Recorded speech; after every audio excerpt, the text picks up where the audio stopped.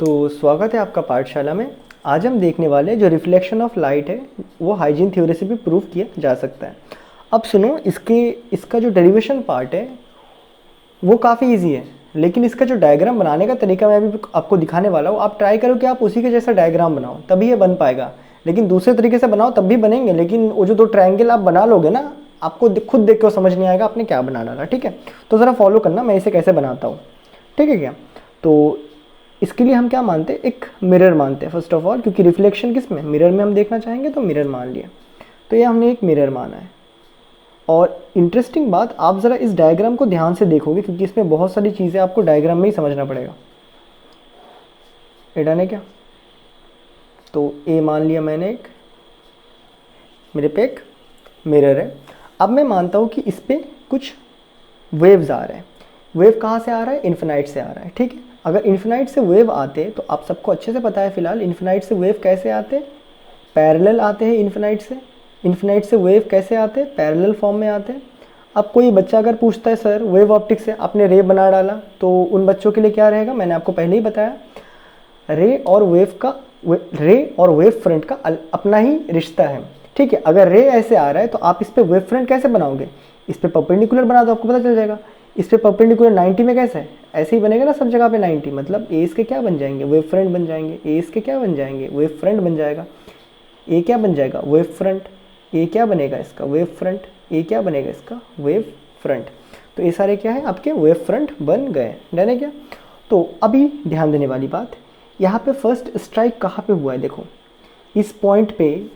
ये जो wave front आ रहा है ना, बहुत ध्यान देना, देखो ज़रा, एक वेव फ्रंट है फिलहाल, एक रेक्टेंगुलर, वो यहाँ पे आया आया आया आया आया आया आया, यहाँ पे स्ट्राइक हो गया।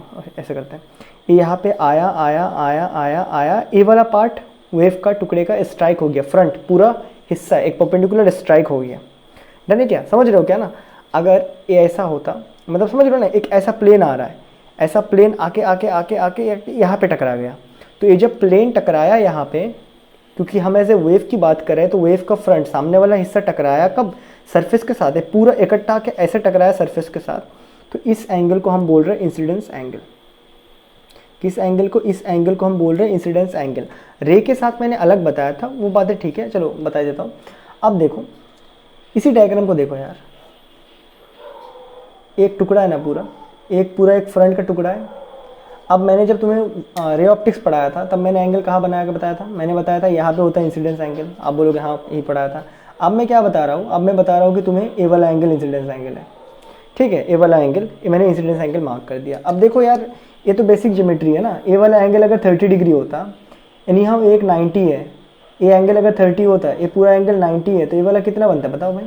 60 बनता है ना, 60 बनता है। यहाँ पे मैंने एक और 90 बनाया, तो ये 60 प्लस 90 कितने हो गए, 6 7 8 9। देखो ये 60, एक ट्राइंगल है, एक ट्राइंगल में टोटल एंगल कितना होना चाहिए, 180 होना चाहिए। ए अगर 60 है, ए अगर 90 है, यहाँ पे अगर 30 कर दोगे तो 30 प्लस 60 90, ये हो गया एक और 90, तो 180 हो जाएगा ना टोटल एंगल ट्राइंगल का। तो यहाँ पे नहीं हो, बाई डिफॉल्ट क्या बनेगा, वही बनेगा। तो सेम ही एंगल है, बस मैं इधर पोजीशन अलग दिखा रहा हूँ। अब ध्यान दो, ये पूरा वेव फ्रंट ऐसे ऐसे ऐसे ऐसे ऐसे ऐसे आया, ए वाला पार्ट यहाँ पे टकरा गया, एक पार्ट टकरा गया, लेकिन ए वाला पार्ट अभी फ्री है। तो समझना, ये जो पार्ट टकराया ये अभी रिफ्लेक्ट होगा, और ए पार्ट क्या है, अभी तक नहीं टकराया तो आगे कंटिन्यू करेगा, क्योंकि एक सरफेस है तो भी रिफ्लेक्शन होने वाला है। तो ए वाला पार्ट आगे बढ़ रहा है, ए वाला पार्ट रिफ्लेक्ट करके ऐसे जा रहा है, ए वाला पार्ट आगे आ रहा है, रिफ्लेक्ट करके ऐसे जा रहा है, तो दोनों टकरा के एनी हाउ ऐसे मूव करने वाले हैं। अब इसी चीज़ को मैं यहाँ पे बनाऊंगा, ध्यान दो। डन है? तो यहाँ इस पॉइंट पे आके टकराया ए वाला wave, let it be point A. Done है? ए वाला पॉइंट अभी भी यहाँ पे है, let it be point B.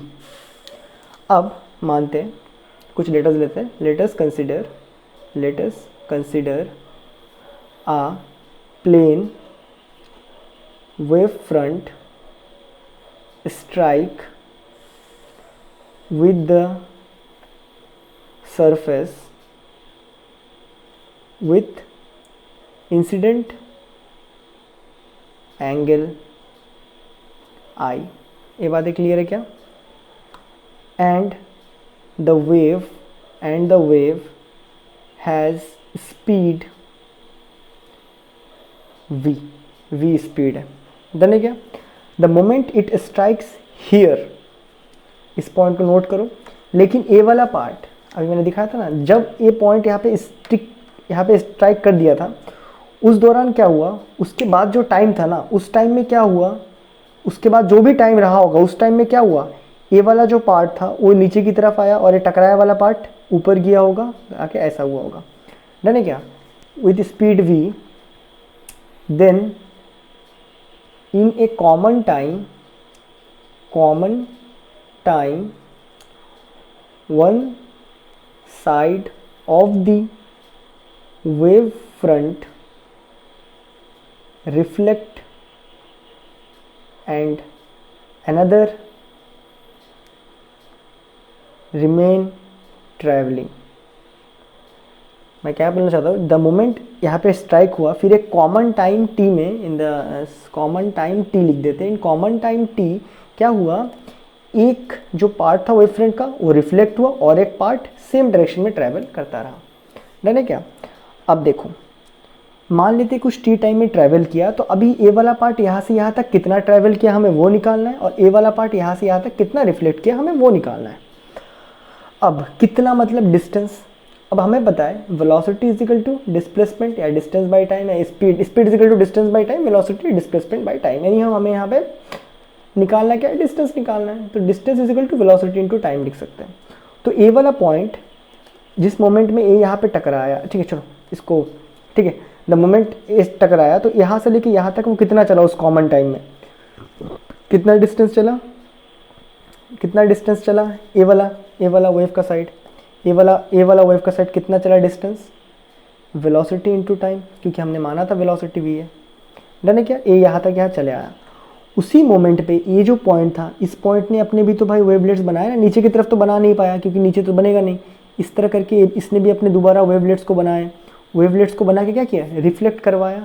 अब देखो जो रिफ्लेक्ट का पार्ट है ना, इसको मैं हमेशा प्रेफर करता हूँ कि आप, ट्रिक बता रहा हूँ ध्यान दो, ये जो रिफ्लेक्शन है ना, इसे आप ट्राई करो कि लॉ ऑफ इसके जो हमने ये वाला रिफ्लेक्शन पढ़ा था ना, इसी के हिसाब से बनाओ, नहीं तो ये डायग्राम बहुत ही पेचीदा बनता है। डन? तो हम क्या मानते हैं, ये जो पार्ट आया था ना, ये पार्ट क्या कर गया, रिफ्लेक्ट कर गया।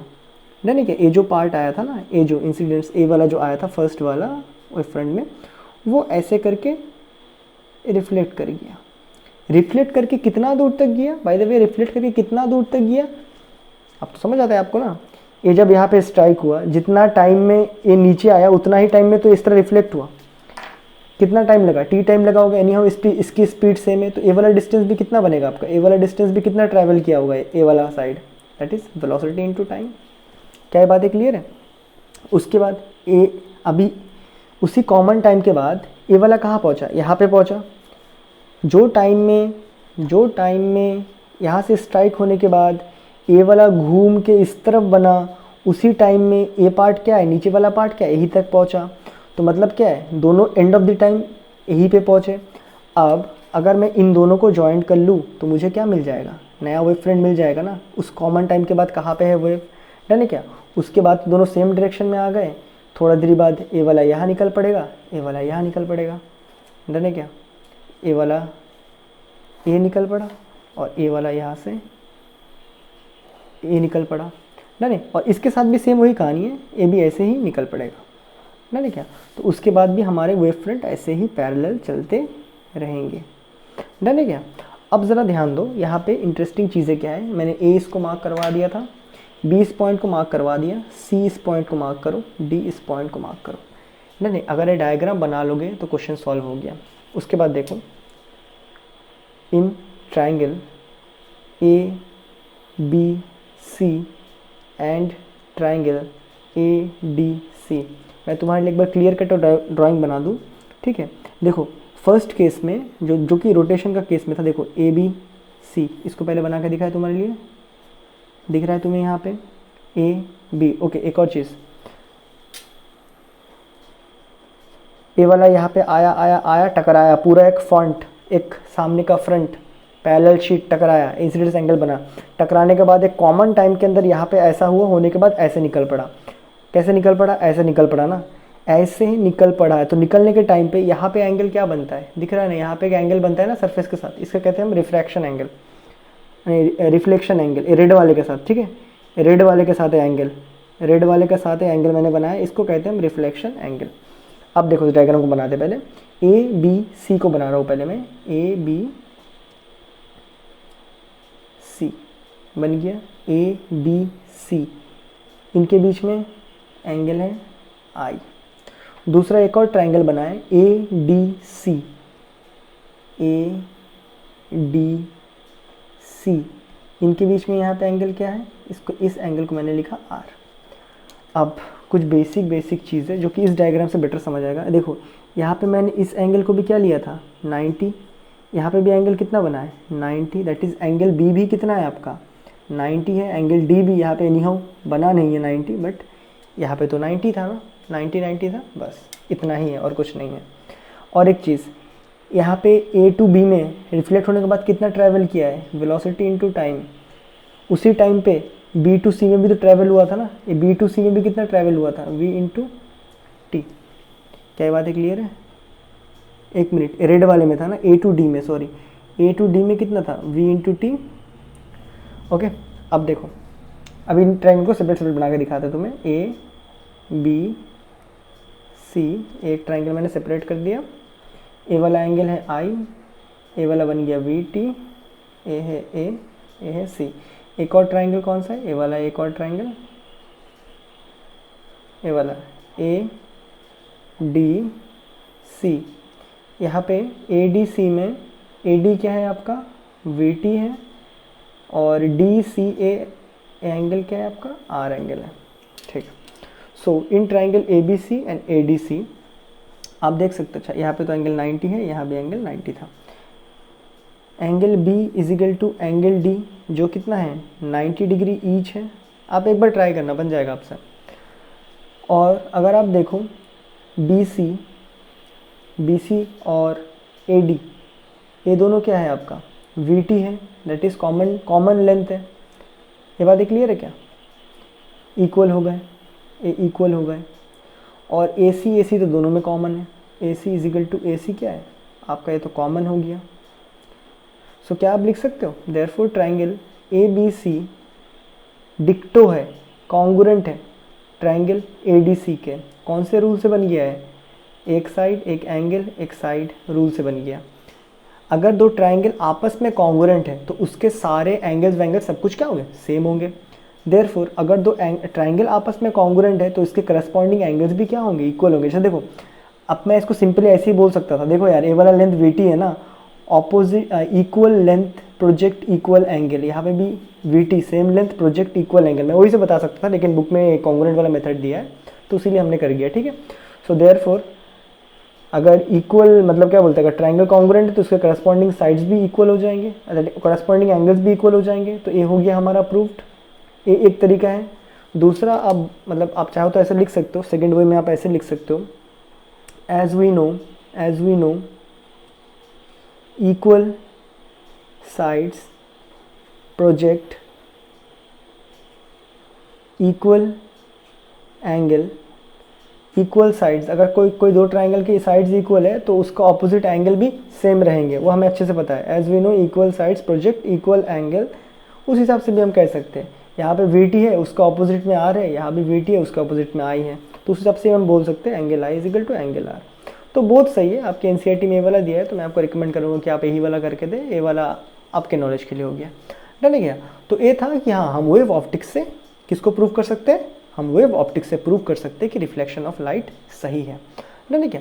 तो उसके बाद एक और कॉमन, बहुत ही जो जनरल कॉमन में फिनोमेना है, that is refraction of light, उसको भी हम प्रूव करेंगे, जो कि हम लोग नेक्स्ट वीडियो में करने वाले हैं। तो तब तक के लिए गुड बाय।